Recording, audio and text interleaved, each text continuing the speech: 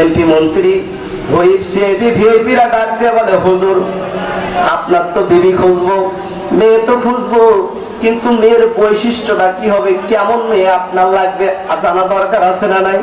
সুলাইমান পয়গম্বর ডাক দিয়ে বলল, এমপিরা হুইপরা সিআইডিরা ভিআইপিরা তোমরা শুনে নাও, চারটা গুণে যেই মেয়েটা গুণান্বিত হবে, চারটা বৈশিষ্ট্য যেই মেয়েটার মধ্যে থাকবে রে বন্ধু, এই মেয়েটাকে আমি বিবাহ করবো। হুজুর কি সেই গুণ একটুখানি বলেন না কেন? বলে 1 নাম্বার গুণ হলো মেয়েটাকে আমেলা হতে হবে, পরহেজগার হতে হবে। 2 নাম্বার মেয়েটাকে শিক্ষিত হতে হবে। 3 নাম্বার মেয়েটাকে সুন্দরী হতে হবে। আর 4 নাম্বার মেয়েটাকে একটা বংশীয় ঘরের মেয়ে হতে হবে। বলেন না কেন? সুবহানাল্লাহ। 4টা গুণ দেখে দেওয়ার কথা বললো। 4টা গুণের কথা বলার পরে এই খবর আস্তে আস্তে দিক দিগন্তে ছড়িয়ে পড়লো। বন্ধুগণ আমার, সত্যি সত্যি এক পর্যায়ে যে এলাকার মধ্যে মানুষগুলা সাপের খেলা দেখায়, মানুষগুলা সাপের খেলা দেখে যারা জীবিকা অর্জন করে, যারা মানে বেদে বেদে পল্লীতে খবর চলে গেল, এমন জায়গাতে গেল রে বন্ধু, যেই জায়গার মানুষগুলা মাছ বিক্রি করে তারা জীবিকা অর্জন করে, তার মানে জেলে পল্লীতে খবর চলে গেল। এ বন্ধু আমার এক মাঝি বেটা, এক ছেলে বেটা রাস্তা দিয়ে যখন মাছ বিক্রি করে করে আসতেছে, এমন সময় খবর 4টা যখন শোনে, আর মনে মনে ডাক দিয়ে বলে, আরে আমার ঘরেও তো একটা মেয়ে আছে, মেয়েটা পরহেজগার, মেয়েটা শিক্ষিত, মেয়েটা বড় সুন্দরী, আজকে যদি আমার একটা ভালো বংশ থাকতো, আমি আমার মেয়েটার সঙ্গে ওই সুলাইমান পয়গম্বরের বিয়ে দিয়া আল্লাহর জান্নাতটা হাসিল করে ফেলতাম। বলেন না কেন? সুবহানাল্লাহ। আলোচনা চলবে? আমার মুসলমান ভাইরা গভীর ভাবে কানটা লাগায়া যান না কেন? এই কথা মনে মনে স্মরণ করি। স্ত্রীর কাছে ঘটনাটা খুলে বলেছি। স্ত্রী এবার মনে মনে, যখন একটা মেয়েদের একটা স্বভাব আছে, মনের কথা কিন্তু চাপায়া রাখতে পারে না, সঙ্গে সঙ্গে তাফসীরের মধ্যে লেখে, বন্ধুগণ আমার, মেয়েটাকে যখন মা আসরের নামাজের পরে মাগরিবের নামাজের পূর্ব মুহূর্তে অসুরক্ষণ বন্ধুরে মাথায় তেল লাগায়া দেয়, এমন সময় আস্তে করে মা মেয়েটার কাছে সব কথা গুলা কয়। বলেন না কেন? সুবহানাল্লাহ। আমার বন্ধুরে, আমার মায়ের মুখে কথা শোনার পরে এবার মেয়েটা বড় আবেগ নিয়ে, অনুভূতি নিয়ে মাকে ডাকতে বলে, মা তোমরা বিয়ার বন্ধ ব্যবস্থা করো গো, আমি আল্লাহর পয়গম্বর দাউদ নবীর ছেলে পয়গম্বর সুলাইমান নবীকে বিয়ে করতে চাই। জোরে জোরে কন্যা কেন? মারহাবা।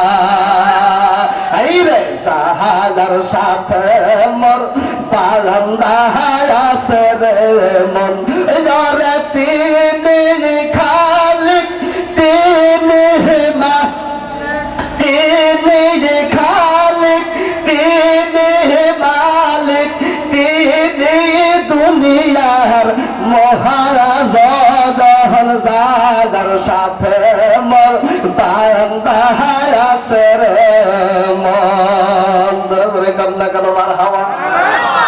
যেই মাত্র শুনেছে রে আহারে, সঙ্গে সঙ্গে মায়ের হাত যত দূর ওঠে, মেয়েটার গালে একটা থাপ্পড় লাগিয়ে দিয়েছে। মেয়েটা গাল ধরে বলে, মা কি এমন অপরাধ করলাম মা, আমাকে তুমি মারলাম? মা ডাকতে বলে, বেটি রে, অপরাধ তো তোর কিছুই নাই, যেই কথাটা মুখ দিয়ে বলেছিস সেই কথাটা দ্বিতীয়বার বলবি না। বলে কারণ কি?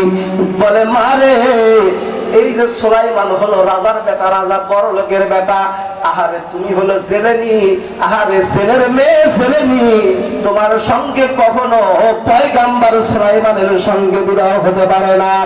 আর কারণ হলো তুমি একজন গরিব, সে একজন হলো রাজা, রাজার সঙ্গে তোমার মতো একটা মেয়ের বিয়ে হইতে পারে না। এই কথা যদি তুমি আরেকবার বলো, আর যদি কেউ শুনিয়ে ফেলে রে বেটি, তাহলে তোমার গর্দানটা নিয়ে নেবে, আমরা তোমাকে হারাইতে পারবো না। ও বন্ধুরে, এবার মেয়েটা তুই চোখের পানি ছেড়ে দিয়ে অগরণে কাঁদতে কাঁদতে ডাকতে বলে, মা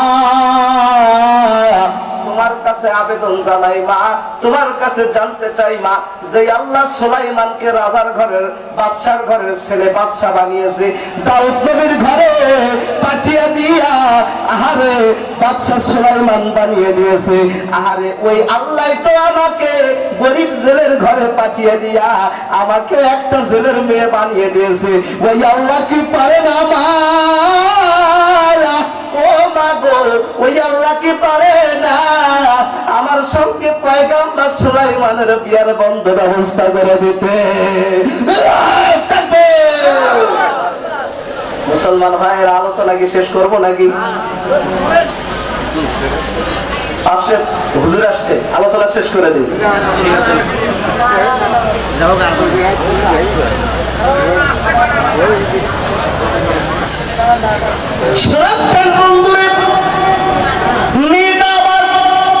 রাত্রিবেলায় তাহাজ্জুদের মুসাল্লায় দাঁড়িয়ে দাঁড়িয়ে তখন তাহাজ্জুদের মুসাল্লায় সিজদা দিয়ে দিয়ে আল্লাহর কাছে কাঁদে, আল্লাহ তুমি কি পারো না? আল্লাহ তুমি কি পারো না? ওই যে পয়গম্বর দাউদ নবীর বেটা পয়গম্বর সুলাইমান বিয়ার প্রস্তাব দিয়েছে, বিয়ার পয়গাম দিয়েছে, আহারে তার জন্য 4টা গুণের মেয়ের কথা বলেছে। আমার কাছে তো 3টা গুণ আছে গো আল্লাহ। আল্লাহ গো, তুমি যেই পয়গম্বর সুলাইমানকে রাজা বানিয়েছো, আমাকে তো তুমি তো আমাকে গরিব বানিয়েছো। আল্লাহ তুমি কি পারো না গো আল্লাহ আমার সঙ্গে বিয়ার ব্যবস্থা করে দিতে? আবেগের বশে অনুভূতি হয়ে মেয়েটা পয়গম্বর সুলাইমানের দরবারে একখানা চিঠি লিখলো। বলেন না কেন সুবহানাল্লাহ। এইবার 6 মাস অতিবাহিত হয়ে গেল রে বন্ধু। 6 মাস পর আবার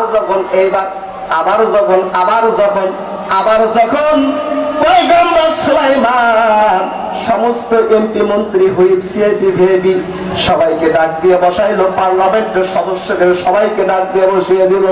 ডাক দিয়ে বলে, রে আহারে তোমরা কারা আছো রে? তোমাদেরকে একটা কথা বলেছিলাম, একটা বিষয় নিয়ে আলোচনা করেছিলাম, আমার বিয়ার ব্যবস্থা করতে বলেছিলাম। আজকে 6 মাস হয়ে যায়, তোমরা কি বিয়ার ব্যবস্থা করেছো নাকি? বলে, ও হুজুর আপনার কাছে একটা কথা বলে, সেটা হলো এই, আপনি কি একটা বিয়ে করবেন নাকি আমাদের কেউ 2-4টা করে করাবেন? বলে, ব্যাপার কি খুলে বলো। আপনার বিয়ের জন্য 1 নয় 2 নয় বিভিন্ন দেশের রাজারা অনেক বড় লোকের মেয়েরা আপনাকে প্রস্তাব দিয়েছে, সেটা মেনে নিলাম। এমন একটা জেলের বেটিও আপনাকে প্রস্তাব দিয়েছে, আপনার জন্য চিঠি নিয়ে এসেছে। ও পয়গম্বর সুলাইমান এই যে সেই চিঠিখানা পয়গম্বর সুলাইমান খুব সুন্দর করে হাতের মধ্যে নিল। নেওয়ার পরে পড়তেছে, চিঠিকে আমি পড়বো না, শেষ করে দেবো। পড়বো হুজুর যে আছে। আমার বন্ধুরে, আমার শোনাচ্ছেন বন্ধুরে, ও ভাবেরাত বাসিরা রে,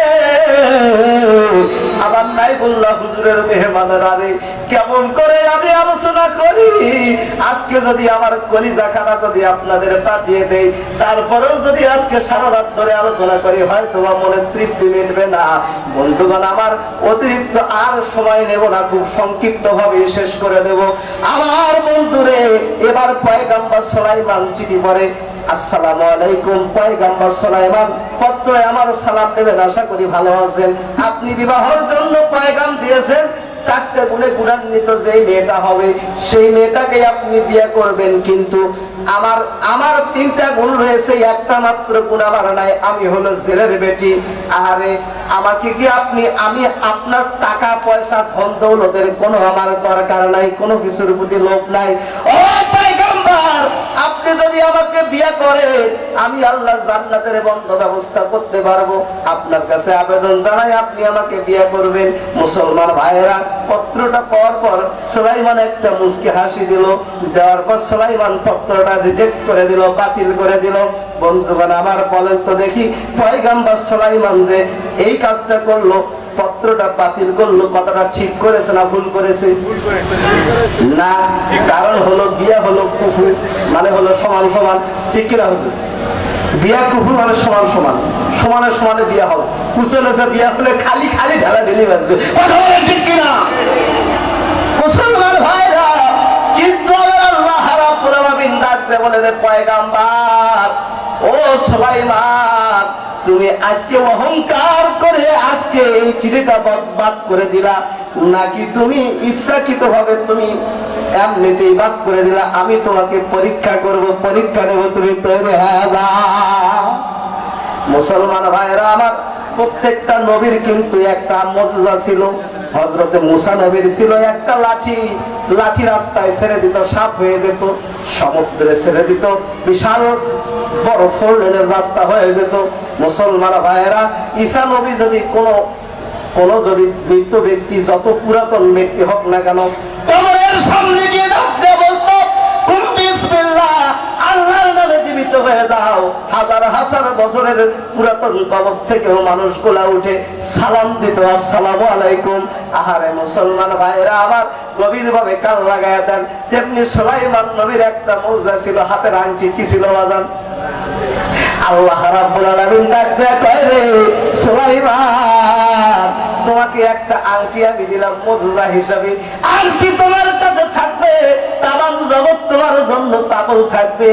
আংটি তোমার কাছে নাই, তোমার কাছে কেউ তোমার জন্য পাগল হবে না, কিন্তু এই আংটি যতক্ষণ থাকবে, আংটি নিয়ে কিন্তু তুমি বাথরুমে যেতে পারবা না।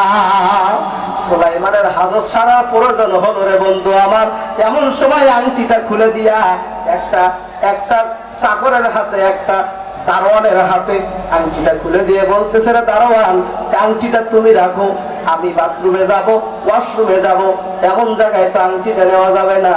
মুসলমান ভাইরা আমার, সুলাইমান নবীর একটা বডিগার্ড ছিল, সেটা হলো জিন জাতির মধ্যে, তার নাম হলো আসিফ বিন বরখিয়া।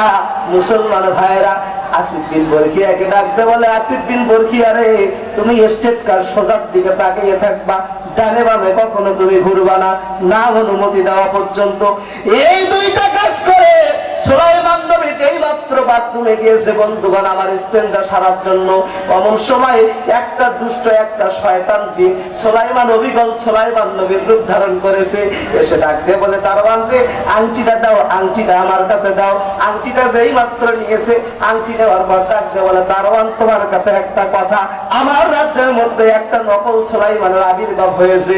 এই সুলাইমান নিজেকে রাজা দাবি করে, যেখানেই তাকে পাবা ধরে ধরে মেরে ধরে একবারে তক্তা করে ফেলবা। বন্ধুগণ আমার, এমন সময় দুষ্ট জিন সুলাইমান এবার চলে গেল, আংটিটা নিয়ে সিংহাসনের মধ্যে বসলো। দ্রুত গতিতে পার্লামেন্ট ডাকলো। বন্ধুগণ আমার, সমস্ত পার্লামেন্টের সদস্যরা এসে হাজির হয়ে গেল।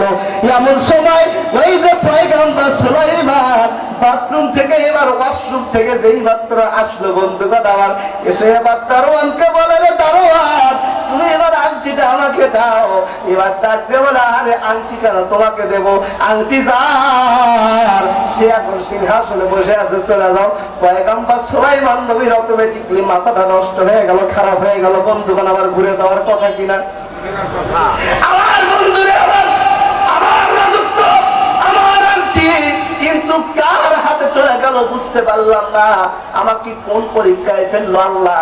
এমন সময় শয়তান জিন, এবার জিন সুলাইমান এবার পার্লামেন্টের সদস্যদেরকে এই কথাটা খুলে বলল, আমার রাজ্যের মধ্যে নকল সুলাইমান রাজা হিসেবে দাবি করে, যেখানেই পাবা ধরে ধরে মেরে মেরে তাকে তক্তা করে দিবা।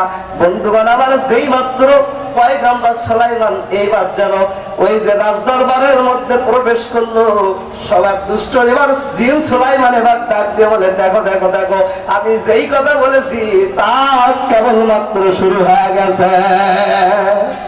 সবাই মিলে মারা শুরু করে দিল। মারতে মারতে এক পর্যায়ে সুলাইমান যখন অজ্ঞান হয়ে গেল, মুসলমান ভাইয়েরা সবাই মনে করলো নবী সুলাইমান মরে গেছে। এমন সময় সুলাইমানকে সবাই মিলে টেনে হেসড়ে রাজদরবার থেকে বের করে সাগরের নদীর কিনারায়, নদীর পাড়ে গিয়ে ফেলে দিয়ে আসলো। এমন সময় ওই যে মাঝি বেটা, আহারে ওই মাঝি বেটা যাচ্ছে নদীর পাড় দিয়া। বন্ধুগণ আমার, মাছ ধরার জন্য, বলেন না কেন সুবহানাল্লাহ। মুসলমান ভাইরা, বেয়াদবি হয়ে যাচ্ছে, যিনি বসে আছেন আসলে রাগ করতেছে, আমার নানা ভাই তো, আমার নানা ভাই, সময় অবশ্যই নাই, কি বলেন?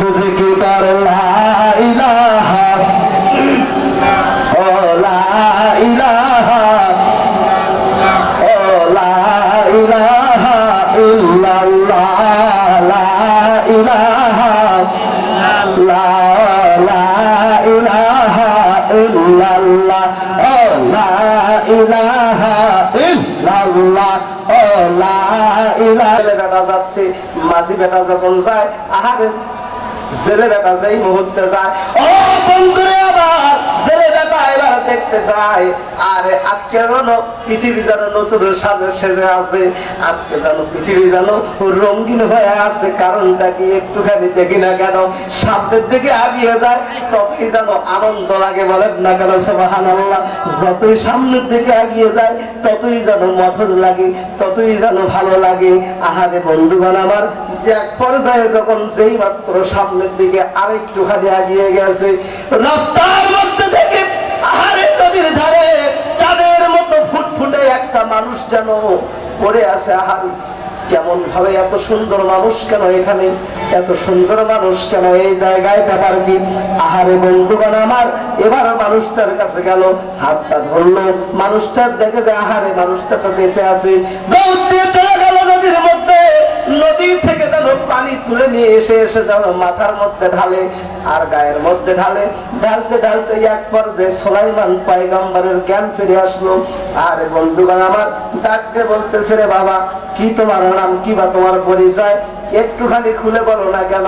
আরে তোমাকে কারা এমন করে মারলো, একটু জানতে মন চাই রে বাবা, কি দোষে তোমাকে মেরেছে?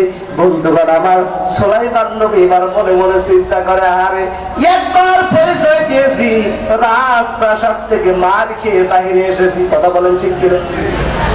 একবার পরিচয় দিয়েছি, আহারে মাথা মুথা আমার ফেটে দিয়েছি, অজ্ঞান হয়ে গেছি, এবার যদি পরিচয় দেই আমি তোমাদের বাদশা সুলাইমান, এই ব্যাটাও ধরে আমাকে মারবে। বাদশা সুলাইমানকে কার মারার সাহস আছে রে? তুমি নিশ্চয়ই প্রতারক ভণ্ড। এবার যদি আমি আমার আসল পরিচয় দেই তাহলে আমি মার খাবো, এ বেটার কাছেও জায়গা হবে না। তাহলে আমাকে এমন কিছু বলতে হবে যাতে মিথ্যা কথাও না হয়, আবার যেন ধরাও যেন না খাওয়া লাগে, কথা বলেন ঠিক কিনা?